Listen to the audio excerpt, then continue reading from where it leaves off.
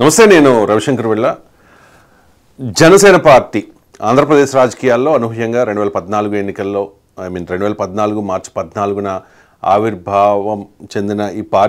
ఆవిర్భవించిన ఈ పార్టీ 2014 ఎన్నికల్లో కూటమి అధికారంలో రావడానికి కీ రోల్ ప్లే చేసింది. 2014లో పవన్ కళ్యాణ్ బయట నుంచి మద్దతు ఇచ్చి బీజేపీ, తెలుగుదేశం పార్టీ రెండు పార్టీల కూటమికి విజయం చేకూర్చారు. జస్ట్ అప్పుడు 2014లో 1.5 ఓట్ షేర్ తేడాతోనే జగన్మోహన్ రెడ్డి అధికారంలోకి రాకుండా వెళ్ళిపోయిన పరిస్థితి. 2019 ఎన్నికల్లో 3 పార్టీలు విడిగా పోటీ చేశాయి. జనసేన పార్టీ 137 స్థానాల్లో పోటీ చేసింది. చాలా చోట్ల డిపాజిట్లే రాలేదు. పోటీ చేసిన 2 స్థానాల్లోనూ అధినేత పోటీ చేసిన 2 స్థానాలు గాజువాక, భీమవరంలో రెండవ స్థానానికే పరిమితం కావాల్సిన దుస్థితి. ఇటువంటి పరిస్థితుల్లో గెలిపే వ్యూహం 100% స్ట్రైక్ రేట్, జగన్మోహన్ రెడ్డి మరోసారి అధికారంలోకి రాకూడదు, ప్రభుత్వ వ్యతిరేక ఓటు చేయకూడదు, ఇదే టార్గెట్గా పవన్ కళ్యాణ్ రాజకీయం చేశారు. పదునైన వ్యూహాలతో వెళ్లారు. 21 స్థానాల్లో పోటీ చేస్తున్న పరిస్థితి. ఇప్పుడు తెలుగుదేశం పార్టీ చెప్తోంది ఖచ్చితంగా మేము అధికారంలోకి రాబోతూ ఉన్నాము అని చెప్పేసి. చంద్రబాబు నాయుడు గారు ముఖ్యమంత్రి కాబోతూ ఉన్నారు అనే కాన్ఫిడెన్స్ని తెలుగుదేశం పార్టీ నాయకులు వ్యక్తం చేస్తూ ఉంటే, మంత్రి బొత్స లాంటి వాళ్ళు విశాఖలో జగన్ ప్రమాణ స్వీకారోత్సవానికి ఏర్పాట్లు కూడా చేసేస్తున్న పరిస్థితి. వైసీపీ కాన్ఫిడెంట్గా ఉంది, వన్స్ అగైన్ జగన్ అని. తెలుగుదేశం పార్టీ కూడా కాన్ఫిడెంట్గా ఉన్న పరిస్థితి. మరి జనసేన పరిస్థితి ఏంటి? జనసేన రేసులో ఉంది. అనూహ్యంగా పోటీ చేసిన 21 స్థానాల్లో కీలకంగా ఎక్కువ స్థానాల్లో గెలుపు సాధ్యమైతే, వైసీపీ, టీడీపీలు 80 లోపులోనే పరిమితం అయితే అప్పుడు ఖచ్చితంగా కింగ్ మేకర్ అయ్యే అవకాశం ఉంది. రేసులో జనసేన ఉండే అవకాశం ఉంది. అటువంటి పరిస్థితి ఉంటుందా లేదా?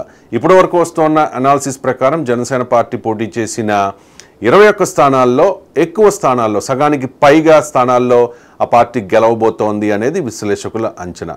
మరి చాలామంది ప్రెడిక్షన్స్ చాలా రకాలుగా ఉన్నాయి. So TBK JAC leader Dasari రాము గారు ప్రెడిక్షన్ ఏ రకంగా ఉంది? జనసేన పార్టీకి సంబంధించి ఏ స్థానాల్లో బలంగా ఉంది, బలమైన పోటీ ఇచ్చింది, పిఠాపురంలో పరిస్థితి ఏ రకంగా ఉండవచ్చు? రీసెంట్గా వంగ గీత గెలవబోతూ ఉన్నారని కొంతమంది ప్రెడిక్ట్ చేస్తూ ఉన్నారు. ముద్రగడ అక్కడ పంతం నెగ్గించుకుంటారు అని చెప్పేసి. ఓవరాల్గా జనసేన పోటీ చేసిన 21 స్థానాల్లో ఆ పార్టీ పరిస్థితి ఏంటి అనే దాని మీద ఇవాళ డీటెయిల్డ్గా అనలైజ్ చేద్దాం. దాసర్ రామ్ గారు నమస్కారం. నమస్కారం అండి. రైట్. మొత్తం ఉత్తరాంధ్రలో శ్రీకాకుళం, విజయనగరం, విశాఖపట్నం ఈ 3 జిల్లాల్లో 6 చోట్ల జనసేన పార్టీ పోటీ చేసింది. గోదావరి జిల్లాలు అంటే ఏపీ రాజకీయాలను శాసించగల స్థాయిలో అక్కడ ఉంటుంది ప్రభావం. గోదావరి జిల్లాలో ఏ పార్టీ గెలిస్తే ఆ పార్టీకే అధికారం వస్తూ ఉంటుంది. అది ఎప్పటి నుంచో సాంప్రదాయంగా ఆనవాయితీగా వస్తున్న పరిస్థితి. ఈస్ట్లో 5, వెస్ట్లో 6 నియోజకవర్గాల్లో జనసేన పార్టీ పోటీ చేసింది. కృష్ణాలో 1, గుంటూరులో 1, చిత్తూరులో 1, అంటే నేను ఉమ్మడి జిల్లాలు చెప్తూ ఉన్నాను, కడప జిల్లాలో 1, ఇలా 21 స్థానాల్లో జనసేన పార్టీ పోటీ చేసిన పరిస్థితి. మీరు కూడా నిశ్చితంగా ఆంధ్రప్రదేశ్లో ఏ రకంగా పోలింగ్ జరిగింది, ఎన్నికలు ఏ రకంగా జరిగాయి, ఎస్పెషల్లీ ఆ 21 నియోజకవర్గాల్లో ఏ రకంగా పోలింగ్ జరిగింది, ఎవరికి అనుకూలంగా ఉంది అనే దాని మీద స్టడీ చేశారు. కాబట్టి జనసేన పార్టీ పోటీ చేసిన 21 నియోజకవర్గాలకు సంబంధించి ఇవాళ మనం డీటెయిల్డ్గా మాట్లాడుకుందాం.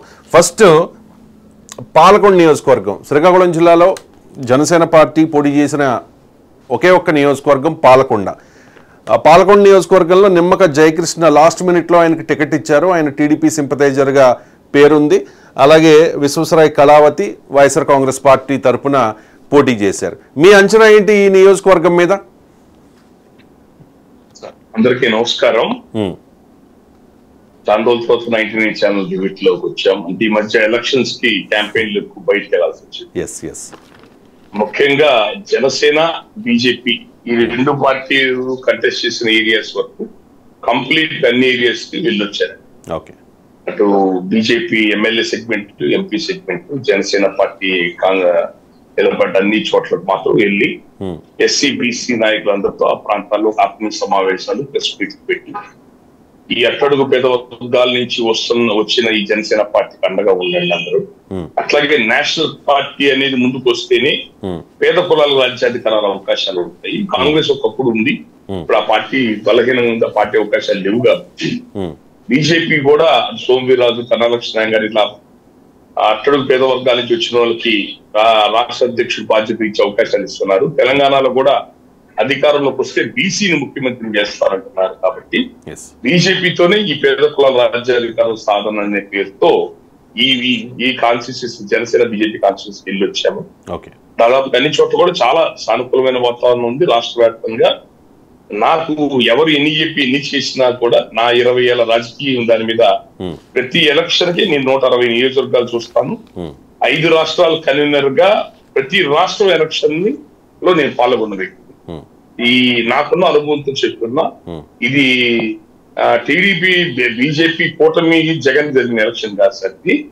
ఇది జగన్ యాంటీ జగన్ మధ్య, జగన్ వర్సెస్ యాంటీ జగన్ అంతే తప్ప మిగతా పార్టీల ప్రమేయాలు చాలా పొరపాట్లు, వీళ్ళ కూటమిలో కూడా అనేక పొరపాట్లు చూస్తున్నారు. అయినా కూడా జగన్మోహన్ రెడ్డి మీద ఉన్న వ్యతిరేకత, తీవ్రమైన వ్యతిరేకత, ఎలాగో వైశ్య సుబ్రహ్మణులు చదువుకున్న వాళ్ళు వీళ్ళెవరూ అతన్ని భరించే పరిస్థితి లేదు. అన్నిటికంటే మేజర్ థింగ్ ఏంటంటే ప్రభుత్వ ఉద్యోగస్తులు పూర్తిగా అసహనానికి లోనయ్యారు. రాష్ట్రంలో రాజకీయంగా బలమైన నిర్ణయం ఏదన్నా జరగాలంటే అతిపెద్ద జాతికి ఉన్న ఈ కాపులు, నేను మీరు గోదావరి జిల్లాలో ఎటువంటి అట్ట అన్నారు. గోదావరి జిల్లాలో ఎవరు మేజర్ పాపులేషన్? ఎవరు? కాపులే. కాపులే మేజర్ పాపులేషన్. మీరు ఈస్ట్ గోదావరి కదా, ముమ్మడి గోదావరి కదా మీ ప్రాంతం, మీ వెళ్ళాలందరూ. ఇది ఈ అతి రాయలసీమలో ఉన్న బలిజోళ్ళు ఎట్లాగో దేర్ యాంటీ రెడ్డి 60-70 ఏళ్ళ అణిచివేశారు. ఎట్ల వలన కనీసం సర్పంచ్ టికెట్ కూడా ఇవ్వనివారు బలిజోళ్ళు. తొక్కేశారు, తొక్కి చంపేశారు ఆ కులాన్ని. అది ఆ పరిస్థితుల్లో వాళ్ళు రెడ్లకు వ్యతిరేకంగా, అంటే చంద్రబాబు నాయుడు వీళ్ళ మొహాన తిని అన్న ఇంగిని మెచ్చుకుని ఎదిరిచ్చాడు. అంటే రాయలసీమ 4 జిల్లాలు కలిపి ఒక సీట్ ఎమ్మెల్యే ఇవ్వడు, ఒక మంత్రి పదవి ఇవ్వడు, గెలిచిన మంత్రి రెడ్లకే ఇస్తాడు పెట్రోల్ అంతా ఆయన. అయినా కూడా వాళ్ళకి గత్యంతరం లేక రెడ్ల మీద వ్యతిరేకత కొద్ది మొదటి నుంచి టీడీపీ పార్టీనే మోస్తున్నారు రాయలసీమ. అది కామన్, అది మనం కొత్తగా చెప్పాల్సిన పని. కానీ కోస్తా జిల్లాలో కాపులు ఎవరు అడుగుబడుగులు వస్తారు. ఈవెన్ పవన్ కళ్యాణ్ గారు చెప్తే పూర్తిగా వినాలని కూడా ఉండదు. స్వతంత్ర భావాలు కలిగిన వాళ్ళు. ఇక్కడ అతిపెద్ద జాతి ఒంగోలు నుంచి మొదలుపెట్టి ఉత్తరాంధ్ర దాకా. అది చెప్తున్నా. ఈ కోస్తా జిల్లాలో ఉన్న కాపులు ఇతను అంటూ వల్లి వస్తే ఈ రాష్ట్రం అనేది గేమ్ మిగలదు అని ఒక నిర్ణయం. అక్కడ పవన్ కళ్యాణ్ గారు టీడీపీ పార్టీ వాళ్ళెవరు మీద ప్రేమతో ఓట్లేదు ఇల్లు కాదు.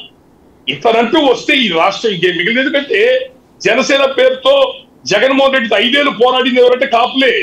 ఖమ్మంలో టీడీపీ వాళ్ళు ఎవరు లేరు ఫైట్ లో. వాళ్ళు లోకల్ బాడీ ఎలక్షన్స్ కూడా బాయ్కాట్ చేసి పారిపోయారు. బాయ్కాట్ చేయడమే కాదు,